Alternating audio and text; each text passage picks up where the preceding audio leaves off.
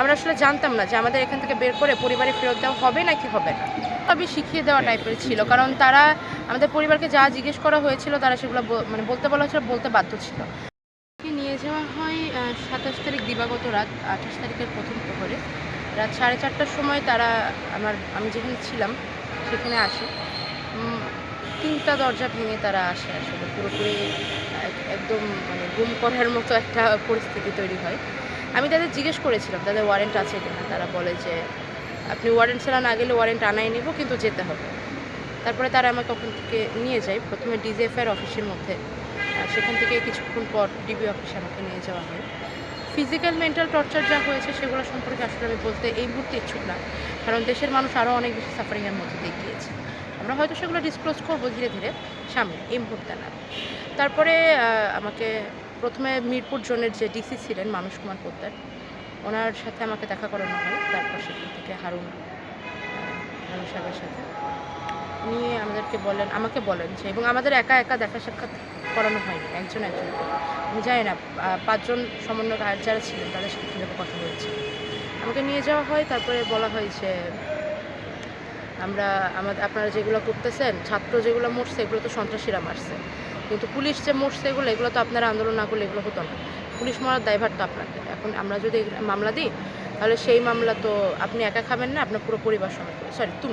আপনি করে কথা বলেনি, মামলা তো তুমি একা খাবে না, তোমার পরিবার সহ মামলা খাবে। আমাকে রাখা হয়েছিল অবৈধ অস্ত্র এবং মাদকদ্রব্য জিম্মাকরণ হয় যে রুমটাতে, সেখানটাতে আমাকে রাখা হয়েছিল। তারপর সেখান থেকে আরও নানা ধরনের পারিবারিক ভয় দেখিয়ে ব্ল্যাকমেল করে বলানো হয় যে স্টেটমেন্ট দিতে হবে। প্রথমে লিখিত স্টেটমেন্ট নেওয়া হয়। লিখিত স্টেটমেন্টটা ভাষাটা ওনারাই ঠিক করে সেটা ছাপিয়ে এনেছিলেন, আমরা শুধু সই করে দিয়েছি। সই করার পর আমাদেরকে 6 জনকে দেখা হয় একসাথে এবং বলে যে ভিডিও একটা স্টেটমেন্ট দিতে, তারপরে আমাদের ছেড়ে দেওয়া হবে। ভিডিও স্টেটমেন্ট দেওয়া হয়। তারপর এবং যখন ভিডিও স্টেটমেন্ট দেয় একেবারে ফুল প্যাকড আর্মড অফিসাররা আমাদের সামনে ছিলেন, সেখান থেকে ভিডিও স্টেটমেন্টটা নেওয়া হলো। আমাদের বলা হয় যে আমাদের ছেড়ে দেওয়া হবে, কিন্তু সেরাতে বলে যে অনেক প্রসিডিওর বাকি আছে, হোম মিনিস্টার অনুমতি দিচ্ছেন না, ইত্যাদি ইত্যাদি নানা ধরনের কথাবার্তা বলে তারপরে আমাদের বৈরাতটা আটকে দেওয়া হয়।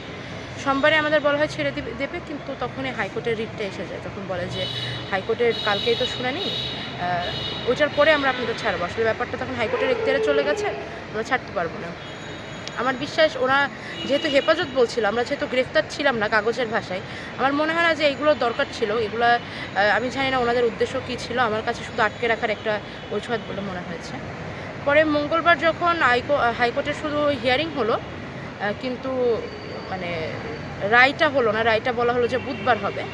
তখন আসলে আমাদের বলা যে দেখেন রায় তো হলো না, এখন আমরা আপনাদের কিভাবে ছাড়ি, কারণ আদালত তো আপনাদেরকে না ছাড়ার কথাও বলতে পারে।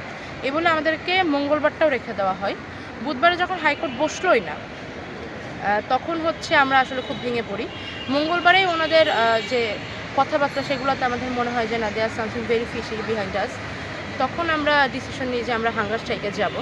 নাহিদ ভাইরা মঙ্গলবারে আমাদের যখন আদালতের শুনানি চলছিল, ওই সময় আমাদের অভিভাবকদের ডাকা হয়, বলা হয় যে শুনানি হয়ে গেলে আমাদের ফিরিয়ে দেওয়া হবে। আমাদের অভিভাবকদের অনেকক্ষণ বসিয়ে রাখা হয়, প্রায় 12-13 ঘন্টা তারা অপেক্ষা করেছিলেন, কিন্তু শেষ মুহূর্ত পর্যন্ত আমাদেরকে তারা দেয়নি।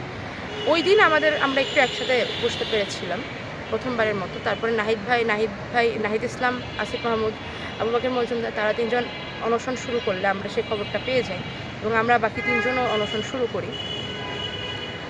আমাদের অনশন আসলে ওই মুহূর্তে আমরা তো বুঝতে পারছিলাম না যে ভেতরে থেকে আর কীভাবে প্রতিবাদ জানানো যায়, এই জন্য আমরা বাধ্য হয়ে অনশন শুরু করেছিলাম।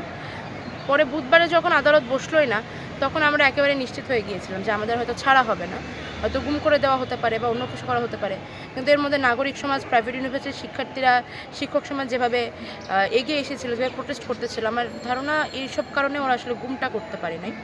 পরে বুধবার রাতে আমাদের জানানো হয় যে বৃহস্পতিবার আমাদের ছেড়ে দেওয়া হবে সকাল 7টায়। কিন্তু সকাল 7টাতেও আমাদের ছাড়া হয় না। ধীরে ধীরে বলে যে অনেক প্রসিডিউর বাকি আছে, ম্যাজিস্ট্রেট আসে, কিছু কাজকর্ম, যদিও আমি এগুলোর কোনো মানে খুঁজে পাইনি। তারপর দুপুর 1:30টায় আমাদেরকে ছেড়ে দেওয়া হয়, পরিবার সমেত একজন সমন্বয়ক একটা গাড়িতে এভাবে করে। আমরা আসলে জানতাম না যে আমাদের এখান থেকে বের করে পরিবারে ফেরত দেওয়া হবে নাকি হবে না। তারপর না, তারা আমাদের পরিবারে ফেরত নিয়ে আসে। হ্যাঁ, গাড়িতে করে বাসায় পৌঁছে দেওয়া হয়েছে এবং তার আগে বলা হয়েছিল যে আমরা আর আন্দোলনে ফিরবো না। আমরা যেন এখান থেকে অতি দ্রুত ঢাকা ত্যাগ করি এবং নিজ নিজ এলাকায় ফিরে যাই। এরকম ইনস্ট্রাকশন আমাদের দেওয়া হয়েছিল। সবই শিখিয়ে দেওয়া টাইপের ছিল। কারণ তারা আমাদের পরিবারকে যা জিজ্ঞেস করা হয়েছিল তারা সেগুলো মানে বলতে বলা হয়েছিল, বলতে বাধ্য ছিল। কারণ আমরা ভিতরে ছিলাম এবং তারা জানতো যে আমরা তাদের হাতে বন্দী। এই মুহূর্তে তারা যদি অন্য কিছু বলতে চাইতো তাহলে আমাদের নিরাপত্তা নিয়ে তারা কনসার্ন ছিল। সেজন্য আমাদের পরিবারকে যা বলতে বলা হয়েছে তারা তা বলেছে।